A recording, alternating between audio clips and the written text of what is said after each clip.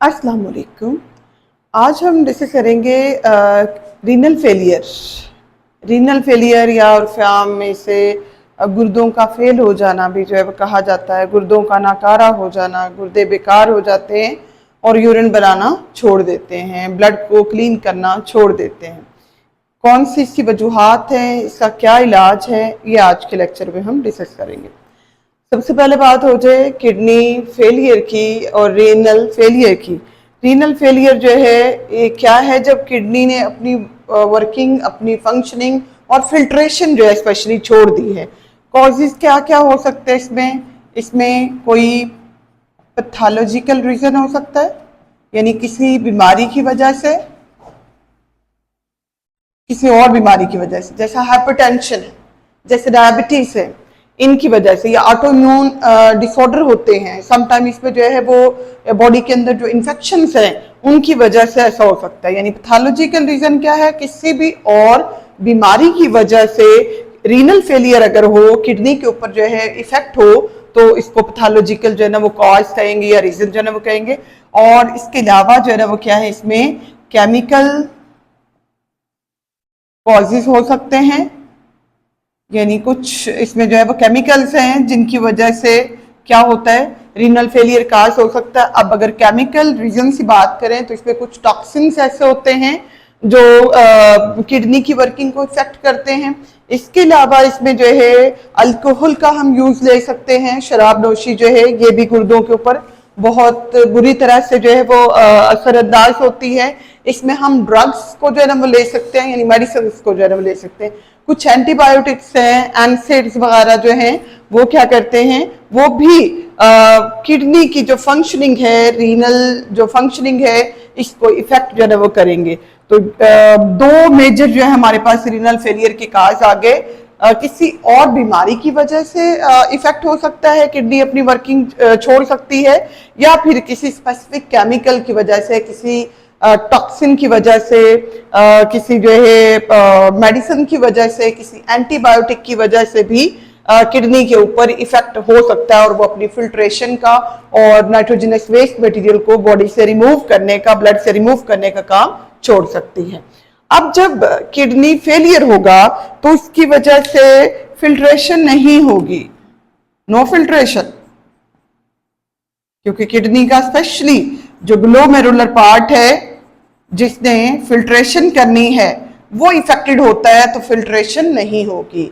जब ब्लड की फिल्ट्रेशन नहीं होगी, नाइट्रोजनस वेस्ट मटेरियल अकोमुलेट होते जाएंगे, जमा होते जाएंगे, उनका लेवल बढ़ता जाएगा और स्पेशली यूरिया का लेवल जो है ब्लड के अंदर हाई हो जाएगा। ये हाई लेवल का जो यूरिया है ये आगे मजीद जो है वो क्या करेगा, ये एनीमिया को काज करेगा और इसके अलावा ये हाइपर टेंशन को जो है वो काज करेगा। यानी इसी वजह से ब्लड प्रेशर हाई हो सकता है और ब्लड की जो है कमी, जो है खून की कमी हो सकती है, क्योंकि साफ नहीं हो रहा, उसके जो अंदर टॉक्सिक जो एजेंट्स हैं उनका लेवल जो है बढ़ता जा रहा है। अब अल्टीमेट बात है कि ये चूंकि बजाते खुद भी कह लें कि बॉडी के लिए जो है नुकसानदेह है कि हाई लेवल ऑफ यूरिया क्या करता है, सेल के बॉडी के डिफरेंट जो सेल्स हैं उनके अंदर प्लाज्मा में ये टॉक्सिसिटी को जो है काज करेगा।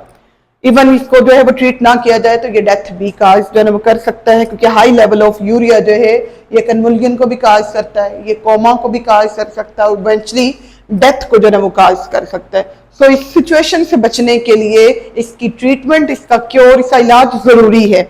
अब इसका इलाज जो है, तरीका इलाज दो तरह से हो सकता है। एक है इसका टेम्परेरी तौर पर जन्म इलाज, आरजी इलाज, और इसको डायलिसिस कहा जाता है। एक है इसका परमानेंट जो है वो ट्रीटमेंट और इसको किडनी ट्रांसप्लांट जो है वो कहा जाता है। किडनी ट्रांसप्लांट जो है वो कर दी जाती है, डोनर जो है किडनी डोनेट करता है और उसको इफेक्टेड जो किडनी है या जो नॉन फंक्शनल हो चुकी किडनी है उसकी जगह पे जो है वो क्या करते हैं, प्लेस जो है वो कर देते हैं और उसकी जगह ट्रांसप्लांट जो है वो कर देते हैं सर्जरी करके।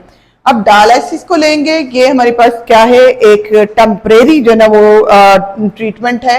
इस टेम्परेरी ट्रीटमेंट में करते क्या है बेसिकली ये मेडिकल जो है ना ट्रीटमेंट, इसमें नाइट्रोजनस वेस्ट को रिमूव किया जाएगा फ्रॉम दी ब्लड, यानी ब्लड की क्लीनिंग करनी है। वो काम जो किडनी ने करना था वो किडनी अब नहीं कर रही, तो जब किडनी नहीं कर रही तो चाहिए है ये काम। अब इसको जो है ना वो क्या है, इसको या तो एक मशीन के जरिए से जो है ना वो किया जाएगा, या फिर बॉडी के अंदर ही डायलिसिस फ्लूइड जो है उसको डालकर इसको क्लीन किया जाए। मेन पर्पस इसका डायलिसिस क्या है, क्लीनिंग ऑफ ब्लड। अब क्लीनिंग ऑफ ब्लड जो है ये दो तरीकों से, या डायलिसिस जो है वो दो तरीकों से हो सकता है। वन बाय वन उसको देख लेते हैं। पहला तरीकाकार है हमारे पास हीमोडायलिसिस। इसके नाम के अंदर जब ये वर्ड हीमो आ गया तो इसका मतलब है ये क्या है, क्लीनिंग ऑफ ब्लड। ब्लड तो क्लीनिंग तो पेरिटोनियल डायलिसिस के अंदर भी है, लेकिन इस का मीनिंग जो है वो क्या होता है, क्लीनिंग ऑफ ब्लड है। अच्छा, अब ये जो क्लीनिंग ऑफ ब्लड होगी किस तरह से की जाएगी? ब्लड को क्लीन करने के लिए पेशेंट की जनरली जो है वो क्या है, इस पॉइंट से मतलब उनके जो है वो बाजू के साथ जो है वो कनेक्शन जोड़ा जाता है, कैथीटर जो है वो डाले जाते हैं, नालियां डाली जाती हैं। ये नालियां, ये एक नाली जो है आर्टरी के साथ कनेक्टेड है और एक जो है वो वेन के साथ, यानी ये दोनों। और ये सारी जो है ना वो क्या है, ये एक आर्टिफिशियल क्या है, किडनी। इसमें यूज कर रहे हैं हम आर्टिफिशियल किडनी, जिसका प्रिंसिपल बिल्कुल वैसा है जैसे कि नेचुरल जो है वो किडनी का होता है, यानी किडनी की तरह ये काम करेगी।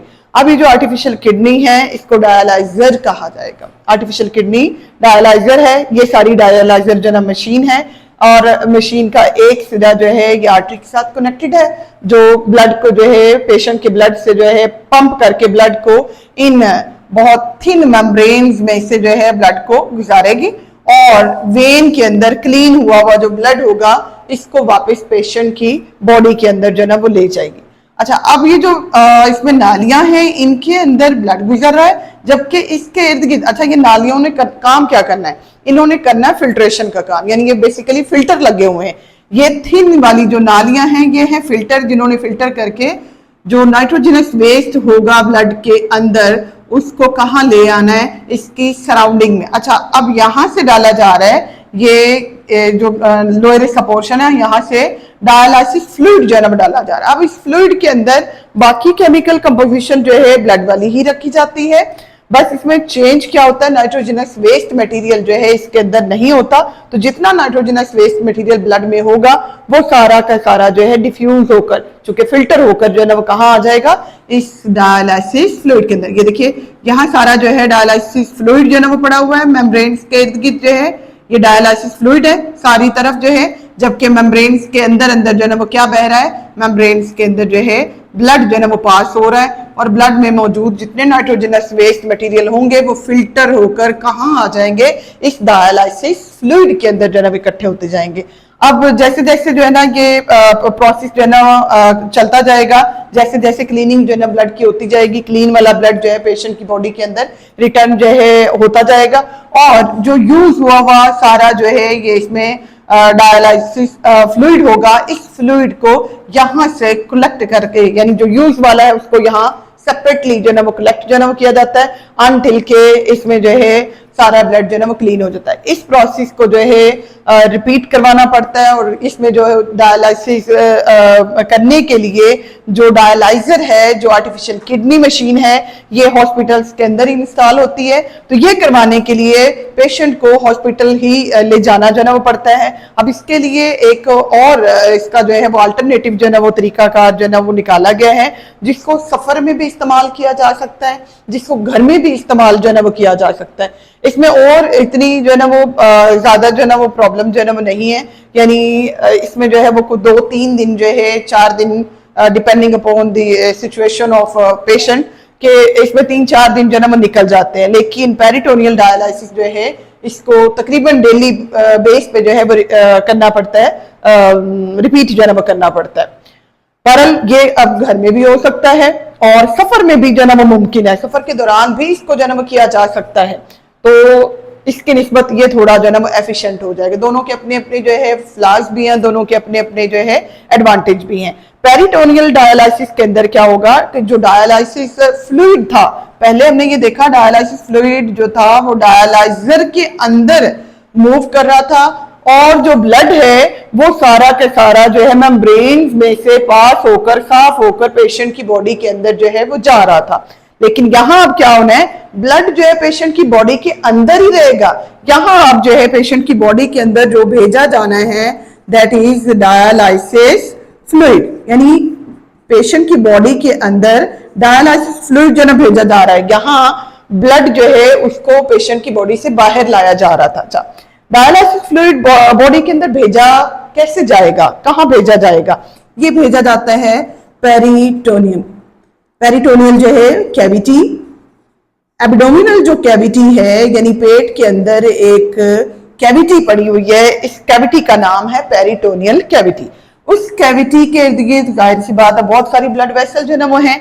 इस कैविटी के अंदर अगर डायलाइसिस फ्लूइड को भेज दिया जाए तो इसकी सराउंडिंग में पड़ा हुआ जो ब्लड है उसमें से तमाम नाइट्रोजनस वेस्ट मटेरियल क्या होंगे, डिफ्यूज होकर इस डायलाइसिस फ्लूइड के अंदर जमा हो जाएंगे। अच्छा, अब ये जो पेरिटोनियल कैविटी है इसकी जो लाइनिंग है, इस लाइनिंग का नाम है पेरिटोनियम। पेरिटोनियम क्या है?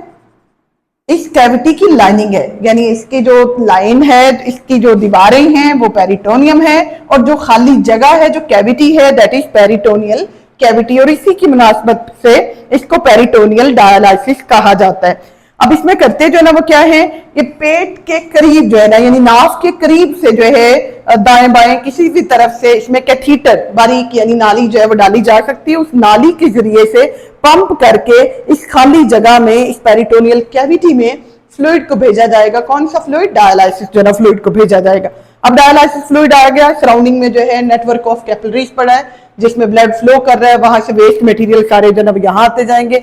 अब इस यूज हुए हुए फ्लूइड को, डायलाइसिस फ्लूइड को बॉडी से निकालना भी है, तो बॉडी से बाहर उसको निकालने के लिए जो है ना क्या किया जाता है, नाभ के बिल्कुल निचला जो हिस्सा है ना, तकरीबन ये वाला जो हिस्सा है, यहां से जो है ना एक बारीक नाली जो है यूज हुए हुए फिल्ट्रेट को या डायलाइसिस जो है ना फ्लूइड को सारे को यूज हुए को इकट्ठा जो है ना वो करके ले आती। इस प्रोसेस को बार बार जो है ना रिपीट करना पड़ता है, और अनटिल के कोई मैचिंग जो डोनर है उसी किडनी जो है ना वो मिल जाए। यानी ये दोनों तरीका इलाज जो है ये टेम्परेरी तौर पर है, ये परमानेंट नहीं है। तो ये हमारे पास जो है डायलाइसिस जो है के दोनों तरीकाकार जो है ये वर्किंग में है। अच्छा, अब हमने ये देख लिया कि जो टेम्परेरी ट्रीटमेंट है रीनल फेलियर का वो तो हो गया डायलाइसिस, लेकिन डायलाइसिस जो है ये कब तक आखिर जो है ना वो किया जा सकता है? तो इसका जो परमानेंट यानी एक अगर किडनी फेल हो जाए तो दूसरी पे इंसान जो है ना वो जिंदा रह सकता है, लेकिन चूंकि उस पर जो है ना वो वर्किंग ज्यादा आ जाती है, उस पर प्रेशर ज्यादा पड़ जाता है, तो ये चांस होता है कि दूसरी किडनी भी जो है ना वो फेल हो सकती है। अब अगर इस तरह के हालात हों तो फिर इसका एक ही इलाज जो है ना वो बचता है, दैट इज किडनी ट्रांसप्लांट। अच्छा, अब किडनी ट्रांसप्लांट जो है ये कब करवाई जाती है? ये यूरीमिया की कंडीशन में और and stage of renal failure, यानी रीनल फेलियर की जो एंड स्टेज है जिसमें किडनी जो है बिल्कुल ही वर्किंग जो है वो छोड़ देती है, बिल्कुल उसका कोई नेफ्रॉन जो है वर्किंग में नहीं रहता, तो तब उसमें जो है ना वो क्या करेंगे, मैचिंग डोनर जो है ना वो ढूंढा जाएगा। अब मैचिंग डोनर का मतलब है एक ऐसा शख्स, उसका कोई रिलेटिव हो सकता है, कोई और पर्सन भी हो सकता है, तो मैचिंग जो है डोनर जो है ना वो चाहिए जो किडनी डोनेट जो है ना वो कर सके, जो अपनी एक किडनी, क्योंकि एक किडनी पे इंसान जिंदा रह सकता है तो डोनर खुद भी जिंदा रहेगा, और जिसको जो है ना वो किडनी जो है डोनेट की जा रही है वो उससे भी जिंदा रहने के चांस जो है ना बढ़ जाते हैं। तो मैचिंग होनी चाहिए किडनी, इसके टिश्यूज को जो है और इसके अंदर जो है ना ब्लड ग्रुप की और सारी जो कंपैटिबिलिटी है पहले इसको जो है ना वो चेक किया जाता है। चेकिंग के बाद इसमें जो है ना वो क्या करेंगे, जो नई किडनी होगी उसको कनेक्ट जो है ना वो कर देंगे, इसमें जो है जो यूरिटर वाला जो पोर्शन होगा उसको पुरानी किडनी से उतार कर जो डोनर की किडनी होगी इसके साथ जो है जोड़ दिया जाएगा, और ये एक परमानेंट जो है ना वो ट्रीटमेंट है।